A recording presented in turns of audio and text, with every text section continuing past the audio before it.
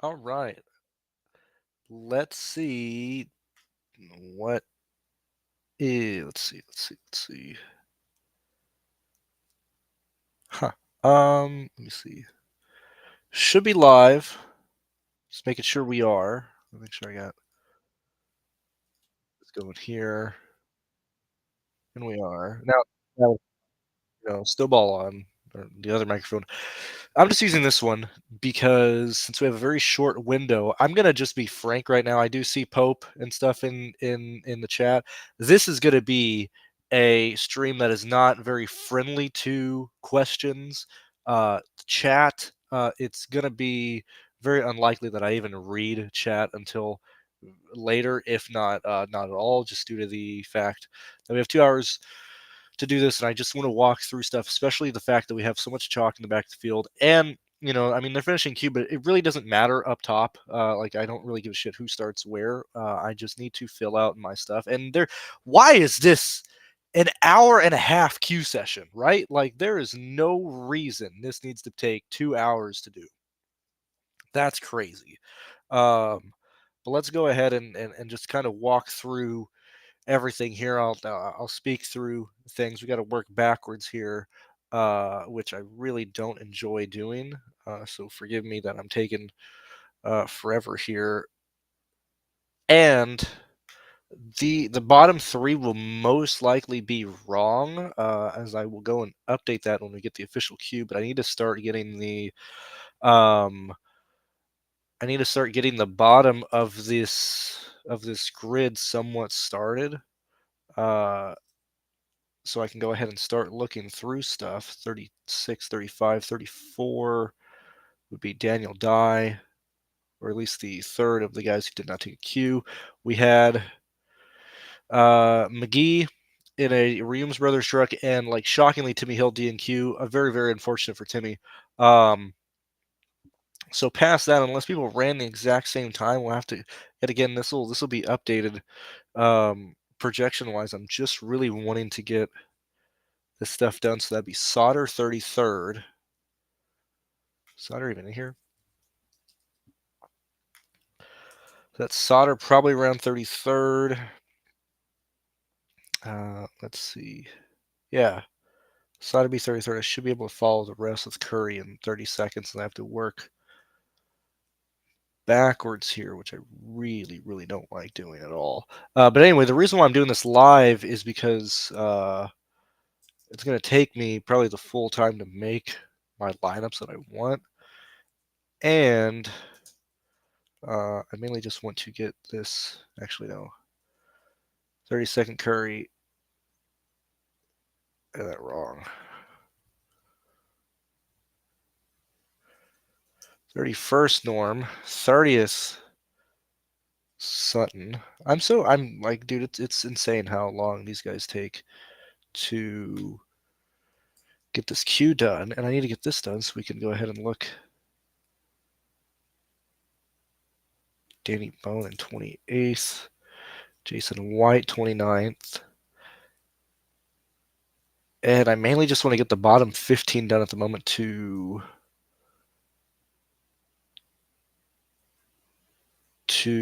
get this started here.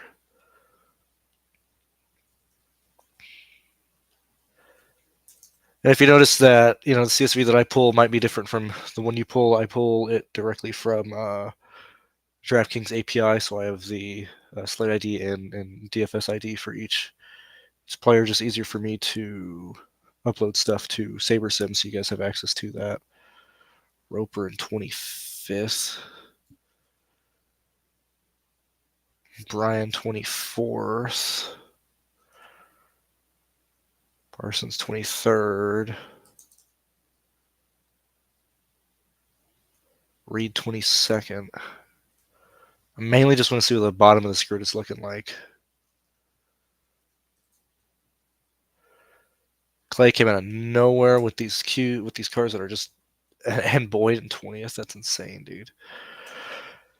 So let me just take a look at this bottom half here of this.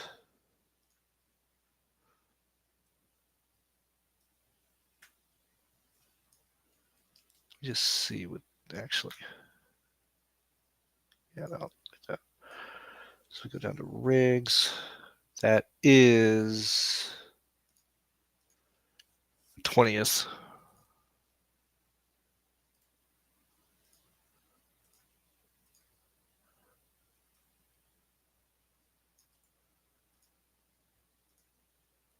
Okay, so when I'm looking here,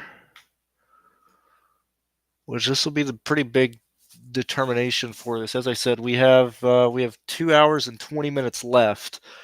Probably be live for 20 minutes as I'm talking through this. I'll probably do the projections live so you can at least see where the reasoning that I'm at. But when we start looking at Daniel Dye, Gray, and Riggs, whatever order they're in, and as I said, I'm pretty sure something will be wrong here in terms of ownership or not ownership, owner points of where guys might end up falling in line at, but it gives us a good idea of what we're possibly looking at. And the reason why is with Dye, Gray, and Riggs being in the back of the field. Now we know Riggs is going to run up front. I mean, they blatantly said that in the broadcast, but they run up front anyway. When we look at let's go ahead and bring up good old racing reference really fast as we kind of just walk through this, and we're going to notice that when we look at the truck series, actually, do I want to do what I want to do? We'll do this one first. We'll look back at this year's seasons. We'll look back at last year as well, just the two major ones. And the main one that is the first concerning bit is we look at Riggs, we look at Daniel Dye, and we need Tanner Gray. Now you notice in this race, Daniel Dye ran up front all day, got involved in the last lap crash. We look at Lane Riggs, who is very, very inexperienced on these tracks, wrecked early in the first crash. Okay, just looking at, so this is, when we look at Riggs, got involved in the wreck very early because he doesn't know what he's doing at plate races. No practice at Talladega. First time he's here. First time on the track will be in the pack. Very, very, the worst thing you can give somebody who's never been to a track before is a fast car. And a car that's expected to run up front. Like, Lane is not going to ride in the back all day. I do not see that happening. At some point, if he starts pushing, he's just going to end up passing people based on horsepower alone. And you see this race that went green, he ended up running quite poorly and getting lapped at Atlanta. We look back at last year's Talladega race because I don't remember. No, he hasn't been here before, so he wouldn't not have ran. And we just went into skim through this really fast and look through. So that's did Dye since we're already here. We're looking at Daniel Dye. Ran up front, got involved in the wreck. Ran up front at Atlanta. Okay, Daniel Dye's going to run up front. That's how this team operates. They want to run up front. Did Dye run last year? I don't remember off the top of my head. I'm gonna guess no. Finished up front, third. Let's look back at this race last year. Involved in a wreck. And finished up front, very similar to today. That's 99 laps. What the fuck happened here? How many overtimes did we run into? What a horrific crash. What was the scheduled distance?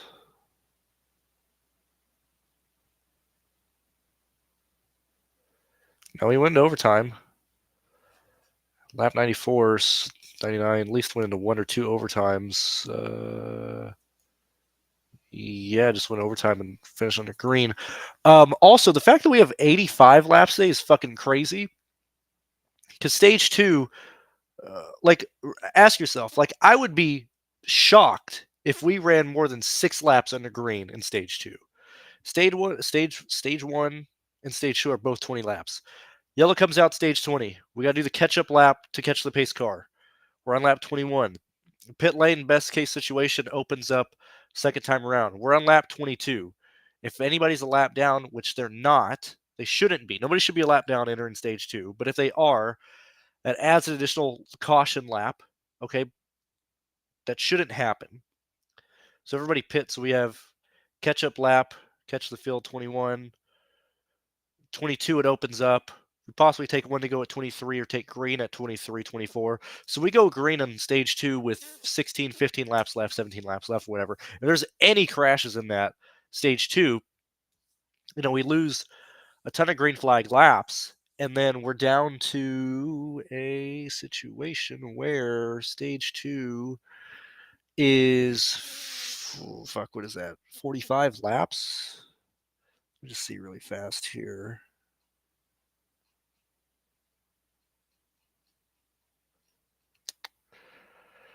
Yeah, 45 laps, but realistically, we go green stage three with 40 to go. Okay. Now, the reason why that's important is because when we're looking at these guys in the back of the field, Daniel Dye, Gray, and Riggs, realistically, this race goes green. You should see Daniel Dye, finish right around. That should be like sixth or something. Let's see. What is that at? Fifth. Yeah. Actually, that's Sauter. I gave it to the wrong guy. I mean, that's a pretty, yeah, this should be right at like six or so, give or take. Yeah, so like that's where Daniel Dye should be at, as he has a likelihood, or he wants to not only run up front, he wants to be the lead car. He wants to be in the top three, four positions. See that Lane Riggs is most likely going to run into a similar situation, and we see that I'd argue Tanner Gray is probably the better of those plays.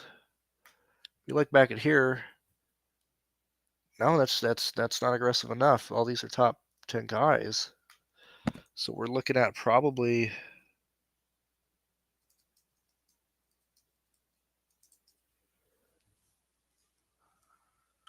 yeah, that's really about what the projection needs to be at. And so when we start looking at this here, see 65, 56, and 57, yet again, the specific number doesn't matter here. Most likely they're running a lot higher, 60, they're in the 60s or whatever.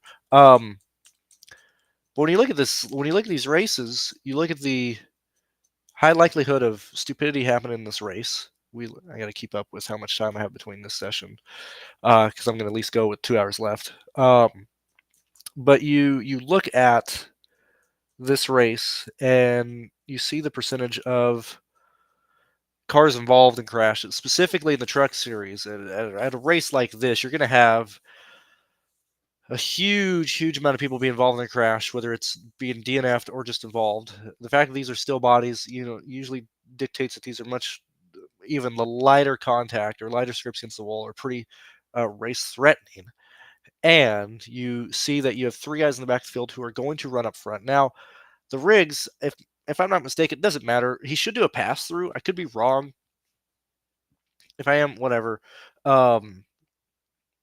In terms of ownership, these three guys have the highest likelihood of being optimal in the race for what they can do, what they're going to run, et cetera, et cetera. Now, you combine that with the fact that they are absolute all contenders to run in the top 10 all day.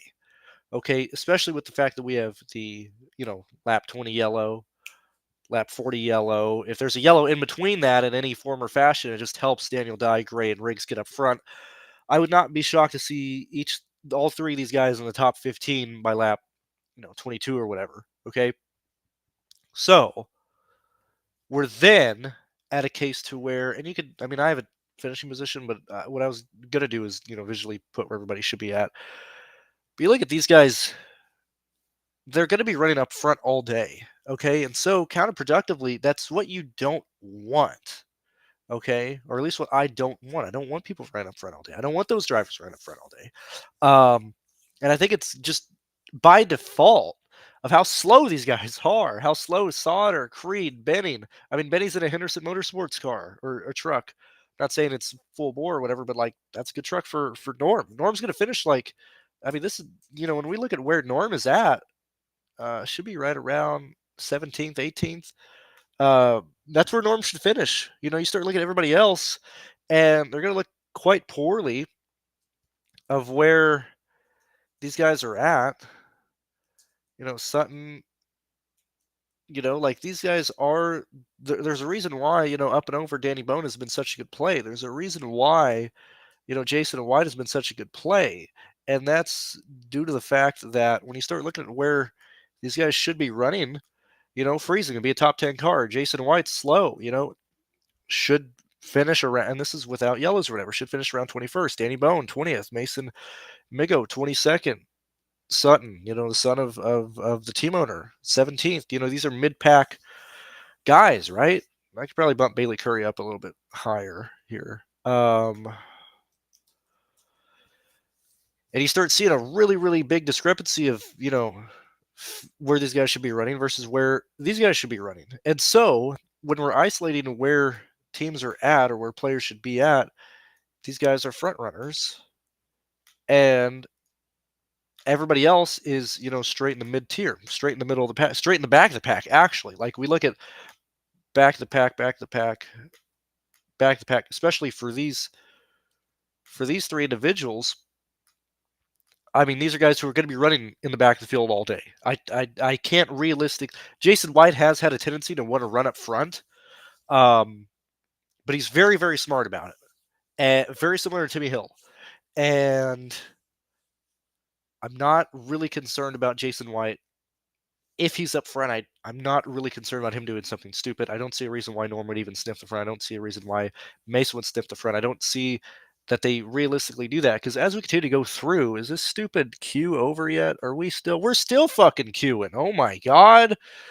Jeez Louise, what are we doing? Let's fill out the rest. We're at 20th right now. Let's fill out, and then I can absolutely go in and fix whatever I've missed.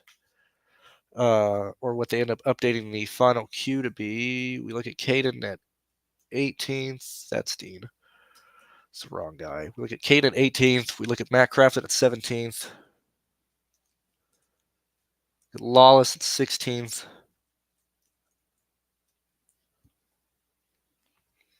Eck is 15th. Dean at 14th. Raj is 13th. Connor 12th. Nick 11th. And okay, so that's what we can work with right now. So now I need I have the top 20 already. Spencer Boyd, okay.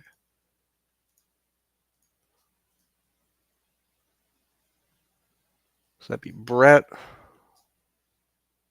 to 11th.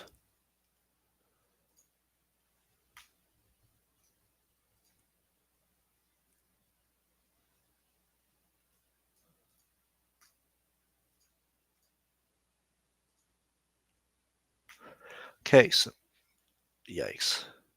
Let's put that in the wrong one.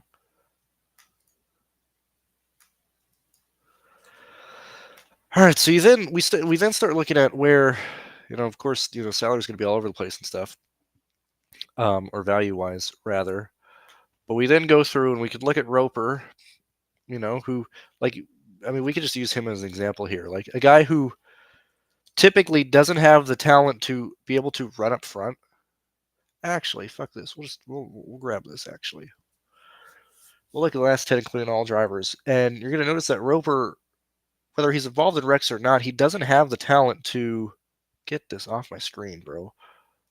Get that crap off my screen. We look at restrictor plates.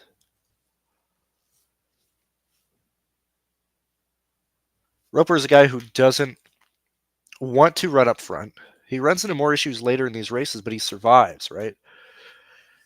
I'm sure we're probably going to see at least two. Yeah, we're going to see two DNFs, and these are just where he got caught up in these wrecks and stuff. But I mean, you notice where he qualifies, like he's right on the back field. It's just, is he going to be involved in a wreck? And he's involved late in these races.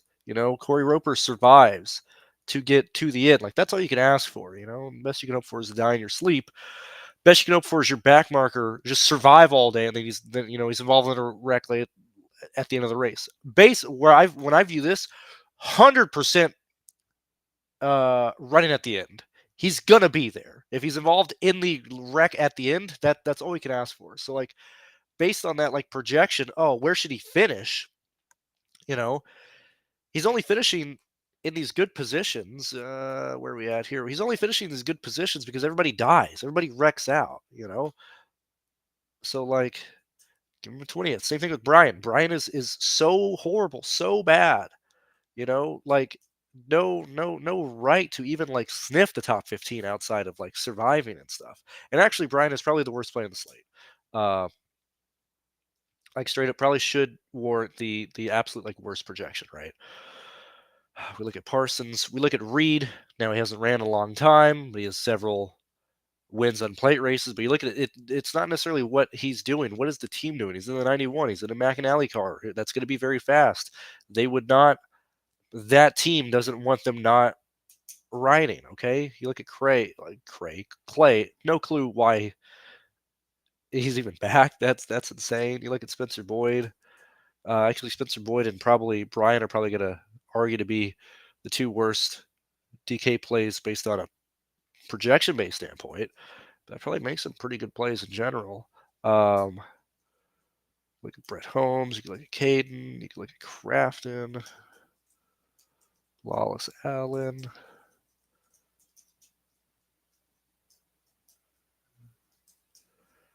Look at Raja. You know, because all those would expect to be guys who run up front. And so when we start looking at where these guys are projected for, which this is what I do or what I mainly focus on, and we look at where the projected finish for these fellows are, and you can very easily see who's projected to be good and who's projected to not be good. You could look at very easily like who's going to be continuing to be a top 10, 12 driver, and that's not even including these guys. Like I can tell you right now who's left out as I'm waiting for a cue to end here. Top 10, top 10, top 10, top 15, top 15, 13th, outside of top 10, outside of top 10, outside of top 10, outside of top 10. So we're missing probably 6 top 10 contenders here. So you had that 6, 7, 8, 9, 10, 11, 12, 13, 14, 15, 16, 17. So like that's basically your top half. It should be pretty straightforward in determining where the top half of the field is and what the bottom half of the field is, which is the first step. Second step is then figuring out where ownership's going to go. Ownership is very easily going to be, I mean, you don't even need a fucking AI or a calculator to tell you this. Like we can very easily just see. I should be able to just hit. There we go.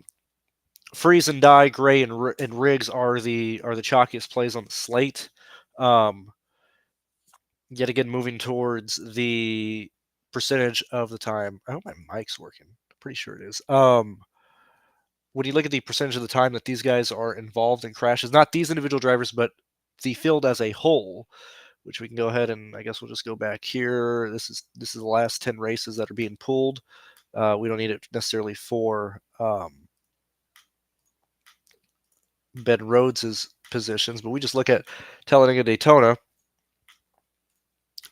and just getting a snapshot of where these teams have fallen in line. Okay, so we have 18 guys. Actually, we look at lead lap because typically if you're a lap down, it's you, and especially in truck, it's because you were involved in a crash and you had damage of some sort. It's very rare you go a lap down to straight, uh, you know, on your own in a truck race and we can even look at that of like, oh, just Rex.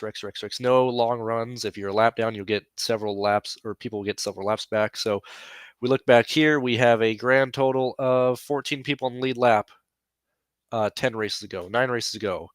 We look back and we have a grand total of 18 people on the lead lap. Okay, again, this is back when we had 32 cars. Now we're at 36. Half the field is on the lead lap. In this race here, 7 ago. We look back at 17, half the field still alive. You combine that with just half the field not finishing on lead lap, then combine that with the people who are still running at the end who are also involved in crashes. You then have you're looking at 60, 65%, 75% of the field being involved in crashes in some form or fashion. 7 ago, you got White, this good old Canadian Jason White, starting 35th, runs last all day, nothing to do, finishes, brings us home 20th. Gonna be a pretty safe play. You look back to people who are involved in these wrecks. We haven't necessarily done that yet, but who is involved in wrecks? Is it the shitters or is it the good players? I'm sure we'll find one. I think it is this spring race that a lot of bad guys are involved because they wrecked early. But we'll see. Let's count how many good drivers there are. 1, 2, 3, 4, 5. Big chunk of good guys surviving here. We look back at here. 1, 2, 3, 4, 5, 6, 7, 8. 8 good drivers involved here. We look back at this. We have, oh, this is the one where all the back markers killed themselves right off the bat.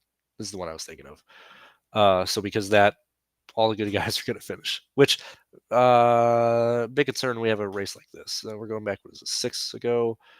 Guys in lead lap. We're at 20. People involved in crashes. Good car. Good car.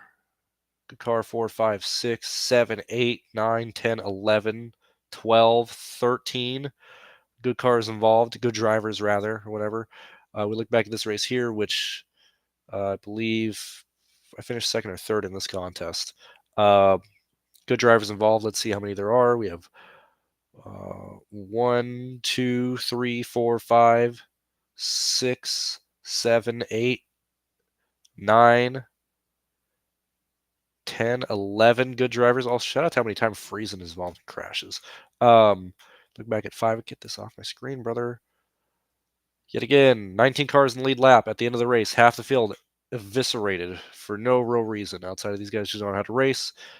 And when I say good cars, I mean that by who are top 20 cars. Very similar, like we can clearly see where the top half of the field is and where the bottom half of the field is. How many of those people are involved in crashes in these races? Okay. I think I already this one. I think this is the one I was on. I think yeah, I was on this one.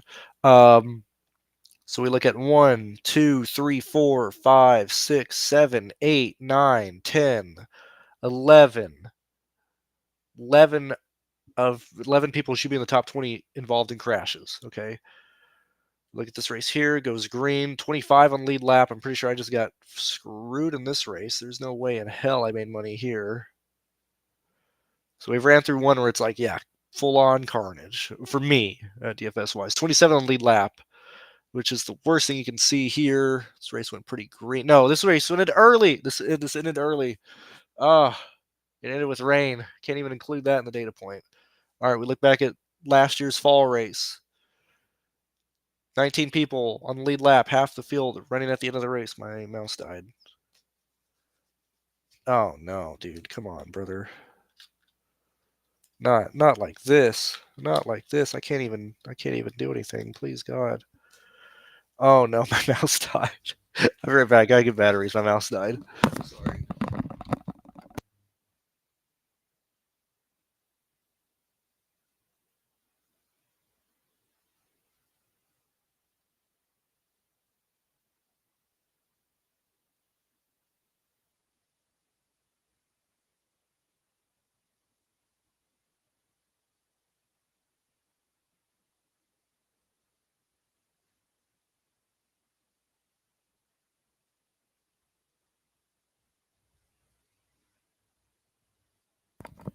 All right, we're rocking and rolling. We got batteries. Look back at this race. 20 people left on lead lap.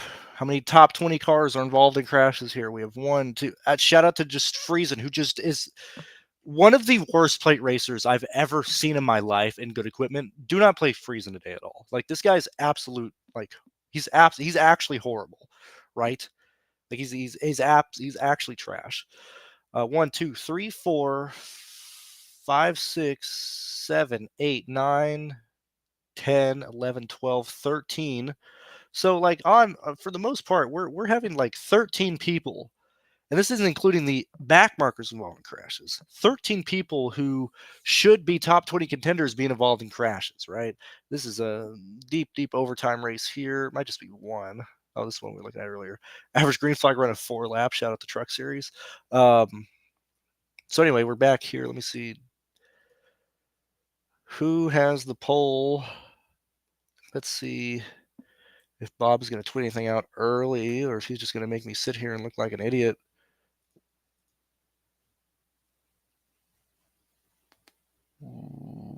Let's see.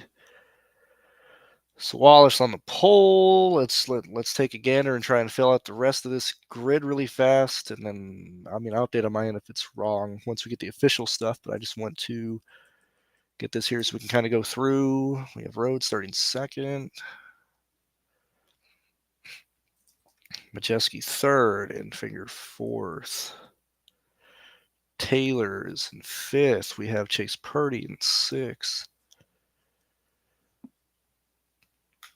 Ingram 7th. Matt Mills 8. I'm 9th. And okay, so we should be all good to go. Let's get these top 10 guys in there.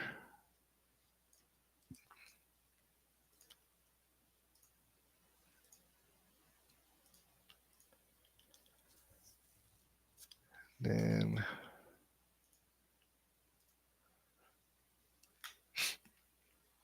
all right, so let's finish this out. Remind myself I got 85 laps to work with here. Rough, actually, probably working with 44 green flag laps. So William easily top 5.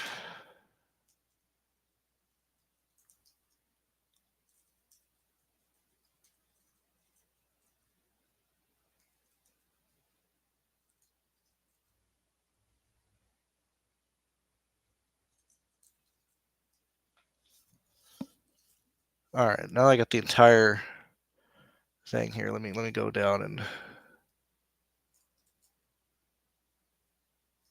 look through these.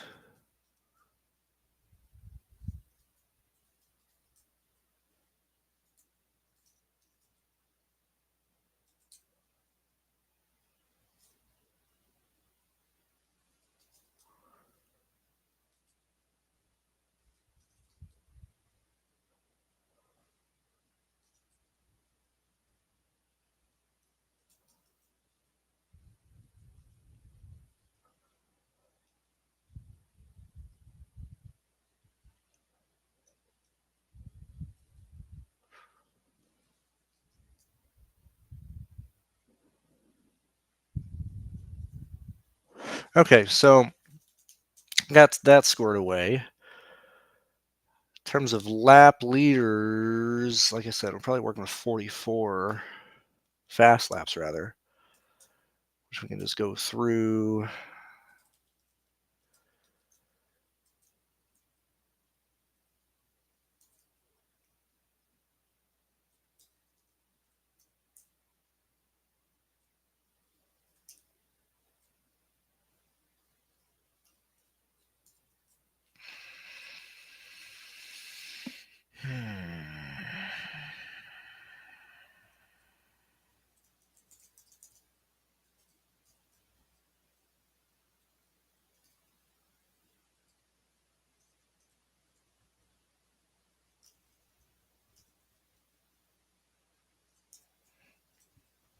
All right. So that's there. So who's leading? Probably going to be Thor Sport and not who's around William.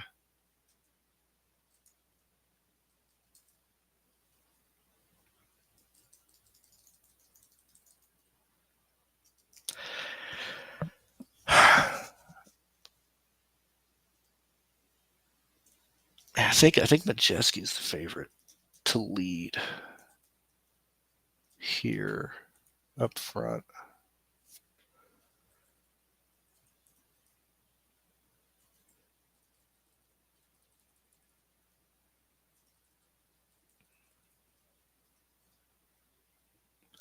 I think that's mainly it. I think these would be the projections that you run. As I said, I have I gotta call it quits probably the next 5 minutes here. But these would be the projections that I would look at. And the reason being is we're identifying the people who are bad from a point per dollar play because we want to play them. All this stuff is based on how things should finish.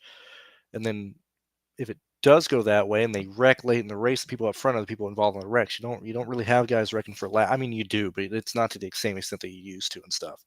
So like the biggest chalk plays are Friesen, Daniel Dye, Gray, and Riggs. As we've stated, Friesen might be one of the worst plate racers in good equipment that we've like ever seen. So like I would absolutely not have any Friesen at all. But the main concern comes with what do you do with these 3 idiots here? So like when I'm looking at my lines, right? what I don't, because I'm playing 20, what I don't want to do if I'm using 20, which is on this whole screen here, right? If I'm like, oh, you know, if you're using the rule of if 65, 70% of the field is either going to be involved in a wreck or DNF, and that applies to every single driver, you do not want to eclipse the non-wreck percentage that each driver has if they're chalk. So like Riggs, Gray, Daniel Dye going to be chalk, probably going to be 40, 50, whatever percent owned, if not higher, right? I mean, this is a fucking Friday. Nobody's hand building this shit, right? So like, if you're running, a 20 max and Saber Sim or what, actually, we'll just run this. Let's be aware, because I know for a fucking fact I ain't playing these lines that it gives me. Let's go ahead and run this thing. Oh, I don't know how to.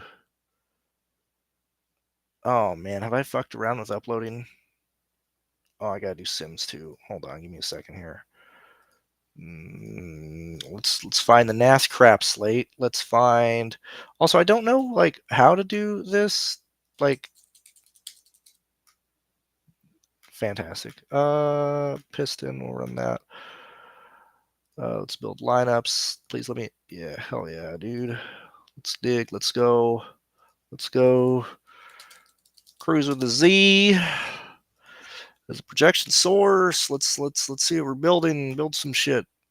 5,000. Gonna show 20. That's fine. Okay, so what we don't want to do, if we're playing 20, which is a perfect example here, because that's what I'm doing. If somebody, like this is probably where the percentage that like these guys are optimal. Yet again, we're imagining, we're using 20 lineups here, and you're trying to figure out the percentage that somebody is optimal, right? And you could argue that we're probably looking at a range of outcomes like this. Okay, so like, what is that? 60. This would be 75. So we're like 70% of the time, like Daniel Dye is going to be optimal. We're probably looking at 55% of the time Riggs going to be optimal, and we're probably looking at 40% of the time Gray is going to be optimal, right? Or that's possible what ownership might show. Let's see, is this thing fucking done cooking? It's not.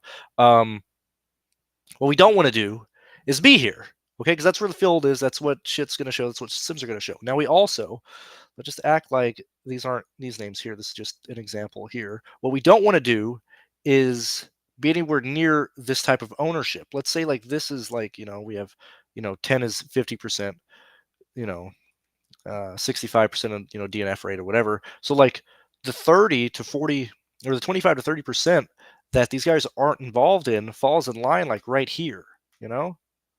This is like the safe zone of like not wrecking, being involved in wrecks. Of course, their percentage of them working is going to show up a lot, but we don't want to eclipse over, like, we don't want to go over the percentage that they might be involved in a crash. Okay. So when we're looking at Daniel Dye, Gray, and Riggs, like where I'm at, like I am going to play these guys, but I'll probably play them each and not have their ownership eclipse 25, 20%. Okay, now we also don't want to do this because we've all done this before. It's like, oh, I don't want to be the chalk, or I don't want to be on the chalk.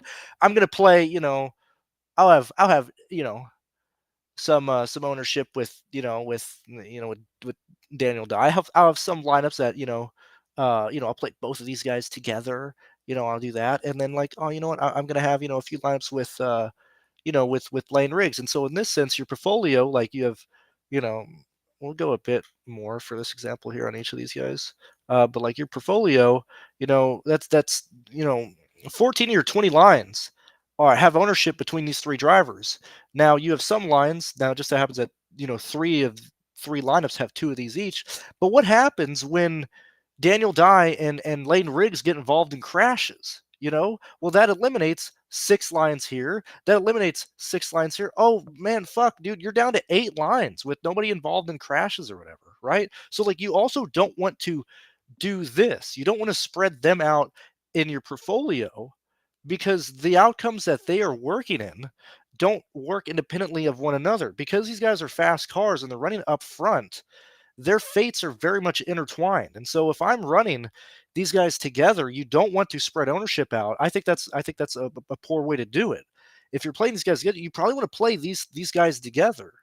Okay. And if you're only playing 5 lines or 20% of each driver, 25, which this is how I play, you probably want to play it kind of closer to the vest of like, 4 lines here, probably, and kind of do it like this.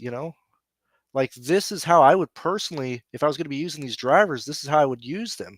With if I'm using 4 in each lineup, well now, we're at the percentage of the rest of my portfolio not being affected by crashes and stuff nearly as dramatic. Okay. We're also, looking at these guys as a whole unit of like, hey, these are the fast guys. They're going to be up front all day. What happens? Like, how does Die actually become optimal? Oh, he's not involved in the crash late in the race. They don't wreck later. He survives or whatever. Well, Die, Gray, and Riggs are most likely all going to be up front of the race anyway. And so that most likely means that like they're going to compete to be optimal. We look at, the exposure rates, and this is top. Let's get this top 20 out of here. Just based on projections, this gives us a good idea of where the field is probably going to be at, of what combinations they're working with. Now yet again, this stuff is very easy to project for, and easy to, or at least for me, easy to determine where we're at. Um, what is it? Like it's very easy to tell who's going to be carrying ownership here, because it's the good guys in the back, and then it's the good guys who are projecting well in good cars, who are going to be also running in the front, being top 20 contenders. And then you go down, and you look at all the shitty guys back here, of like, yeah, sure, Mills starting top 10, we're not playing him, we're not worried about increments up. But you see Danny Bone, Lawless Allen, White, Norm Benning, Corey Roper, all in the bottom half of the exposure rates, because they're bad plays based on paper. And so yet again, when we're looking at these builds, you're going to see that it's a lot of like, oh, Saberson will be like, oh, we want to diversify. We might even just run contests and see what stupid shit this points out, because the Sims in these situations are they're so bad. I gotta sneeze. Hold on.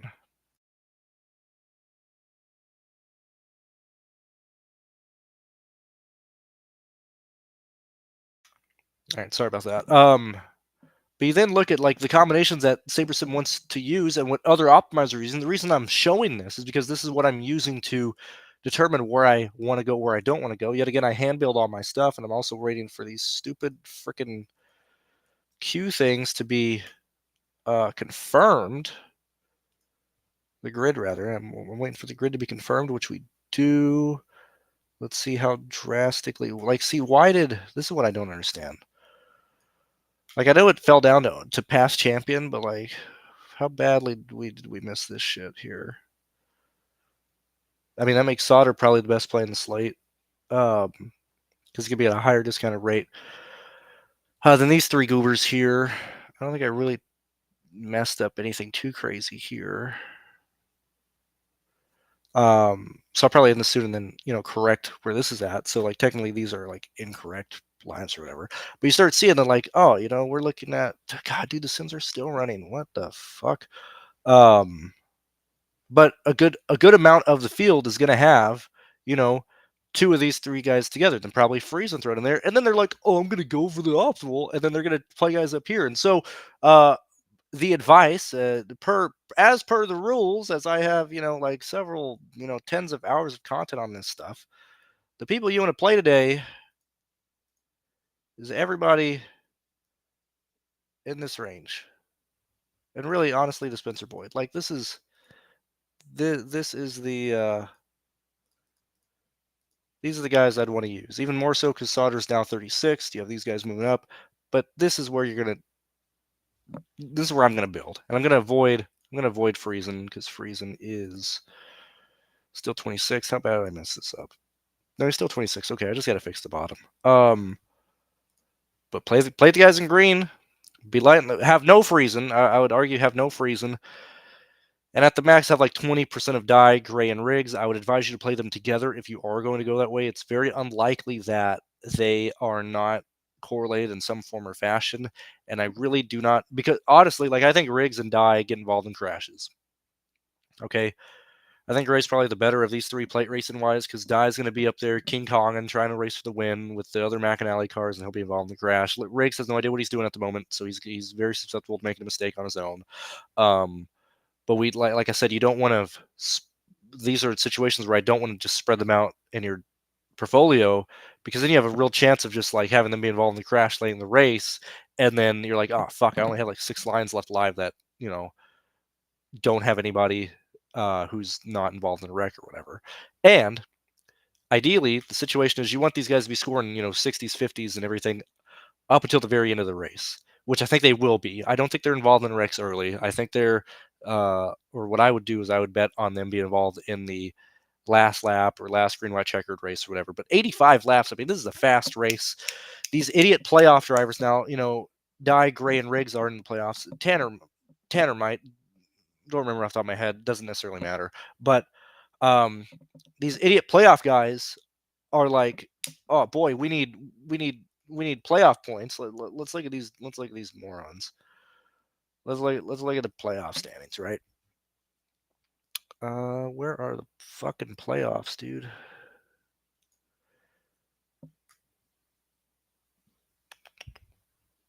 All right. I don't even know how many people are advancing, right? Who cares? But like all these guys are racing for playoff points. They're like, damn, G, we got 10 playoff points. We got playoff points to get in like 16 minutes from drop of the green flag.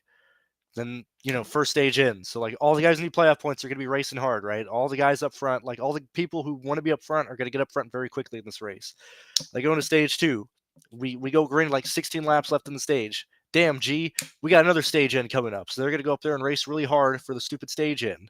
And then like hopefully those are situations that cause crashes and stuff. And then like, dang, G, race has been going on for 40 minutes. We're on stage 3.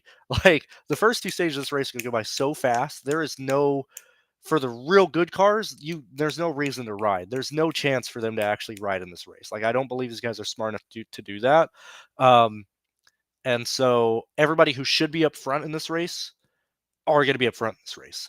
As I stated, that's why we have these 3 guys projected to be so well, because they should be up front in this race very quickly. And then we can just build, how do we avoid the crash that involves all the guys up front? That's how that is. I gotta go. I gotta hand build motherfucking 20 lines, and that's gonna take me the entire hour and 40 minutes. If anything, that's very tight on time. But thank you guys very much for being here. Hopefully, this you enjoyed this. And what is it? See you guys later. Best of luck. Bye bye. Projections will be updated shortly on the site. When I get the grid updated, I'll see you guys later.